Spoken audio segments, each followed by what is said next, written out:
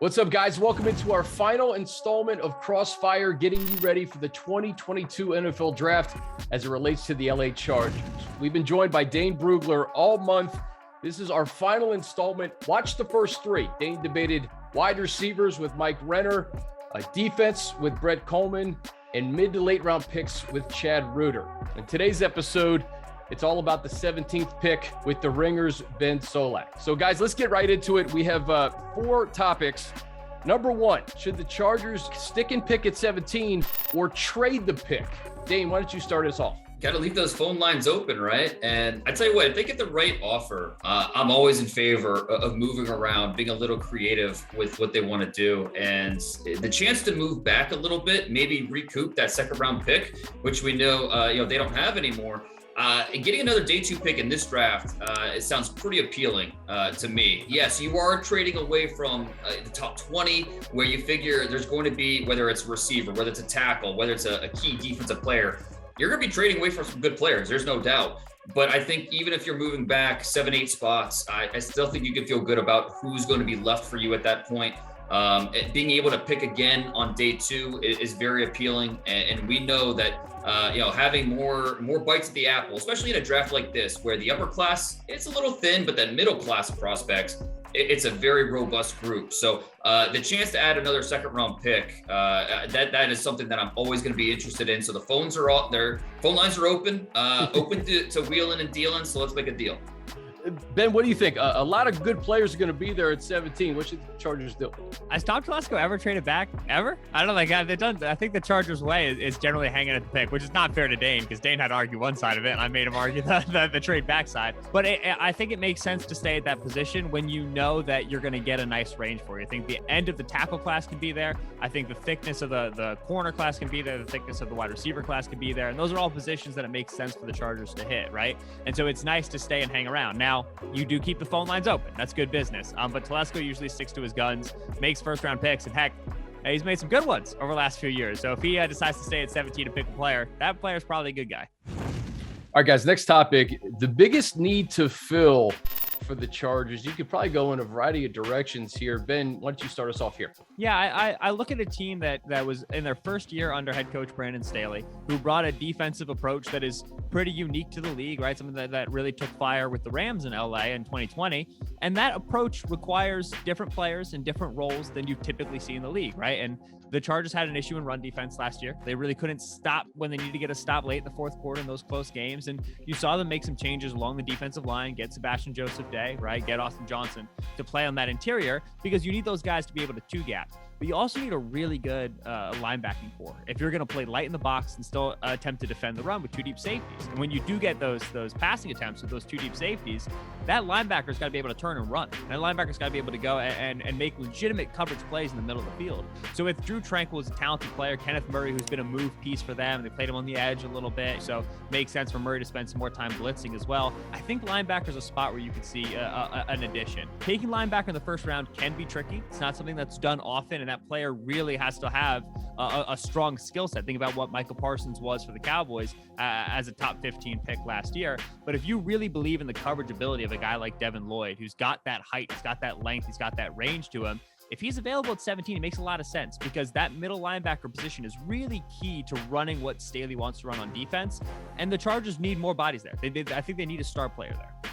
All great points, and the Chargers obviously drafted a linebacker in the first round, Kenneth Murray, a couple of seasons ago. Dane, what do you think? Biggest need? I think I'm going to go on the other side of the ball and go look at the offensive line. We know what an impact last year Rashawn Slater made at left tackle. Let's run it back and get another right tackle. And what's the most important part of your team? It's the quarterback. Let's do whatever we can to keep him upright, to make sure he's playing at his best, staying healthy. And I think adding a right tackle, a young player you can develop, would go a long way to solidifying that offensive line, and really the ripple effect of what that means for the rest of your offense, helping your quarterback stay healthy, letting him work on operate with just a little bit more confidence from the pocket. I think that's something that would go a long way to scoring more points and just being a more efficient offensive football team. So Investing on the left side worked out really well last year. Let's try to do it on the right side this year. And you've got these bookend tackles for the foreseeable future with your young quarterback. All right, Dane, I'm going to go right back to you here. A lot of intrigue in this question. A top 10 prospect that could potentially slide to the Chargers at 17 overall. Okay, so I just took offense, but I think I'm going to go defense for this one.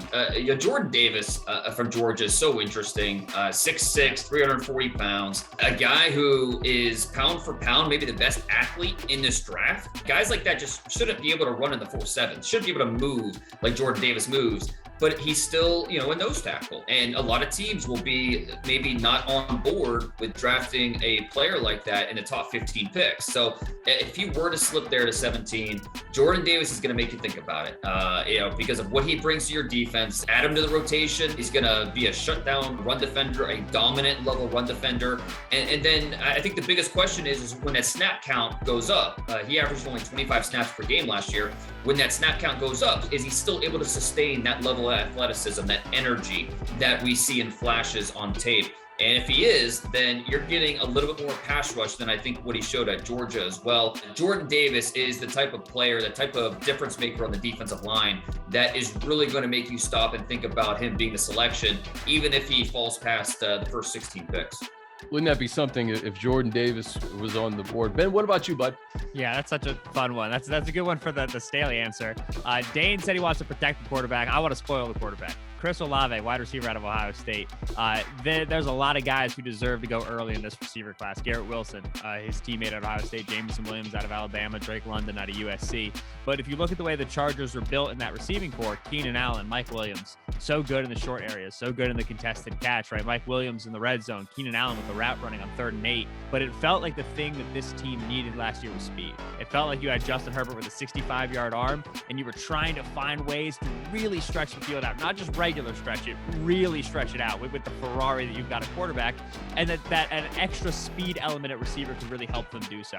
Chris Olave is a 4-4 player who still has all the route running that Joe Lombardi's going to want for his offense, the precision, Justin Herbert working those routes in the middle of the field, but he can go. When he empties the tank, it's impressive to see it. He has ball tracking ability down the field. And so of that thick group of receivers who deserve to be top 10, top 15 picks, Chris Olave is a name that I think could make it all the way to the Chargers at 17. Is it a luxury? Yes.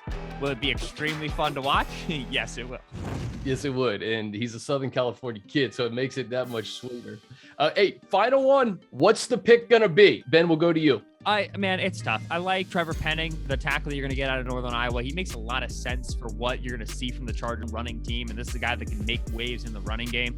He's the end of that first tier of tackles: Ikem Ekwonu, Charles Cross, Evan Neal, all guys that could go top 5, top 10. If you're able to get Penning and get the edge of that tier 1, it's really, really tempting. And Dane brought up the right tackle need. Such a serious position for the Chargers because offensive line is one of these position groups that you want to have no liabilities, right? Like Rashawn Slater, incredible. Corey Linsley, so good. But if you have a liability at right tackle, Slater doesn't help the team as much as he could, right? Whereas if you have all 5 guys above a bar where you have no liabilities, then all of a sudden the unit grows and it becomes a sum that's greater, or a whole, that's greater than the sum of its parts. And so Penning at 17, to me, this is a line that in betting markets, Penning's draft position is just flittered all around 17 for the last couple weeks. So I think it's clear that the NFL makes the Chargers as a good Penning landing spot. I like that pick a lot. Yeah, you have your left tackle the future for the next 10 years. Get your right tackle the future in consecutive years. All right, Dane, you're gonna end this whole thing on CrossFire. Your pick, 17 overall. I'm gonna go with Jameson Williams just because I want to see it. I want to see Justin Herbert. Man. Justin the Jameson. I want to see it. I want to see him throw up those 60-yard bombs and Jameson Williams just outpacing everybody on the football field to go get it. So, we know, there's the ACL that he's working his way back from. But you know what? If he didn't have that, no way he's there at 17. So, even though he's not going to be ready for training camp and might miss the first month or 2 of the season, this is a long-term pick. And adding that type of speed to your offense really opens things up. Tyreek Hill leaves the division. Jameson Williams comes into the division with the Chargers. That would be something. Gentlemen, this was fantastic. Guys, this has been CrossFire, your primer for the 2022 NFL Draft. We're almost there. If you want to see more content like this, check out the link right here.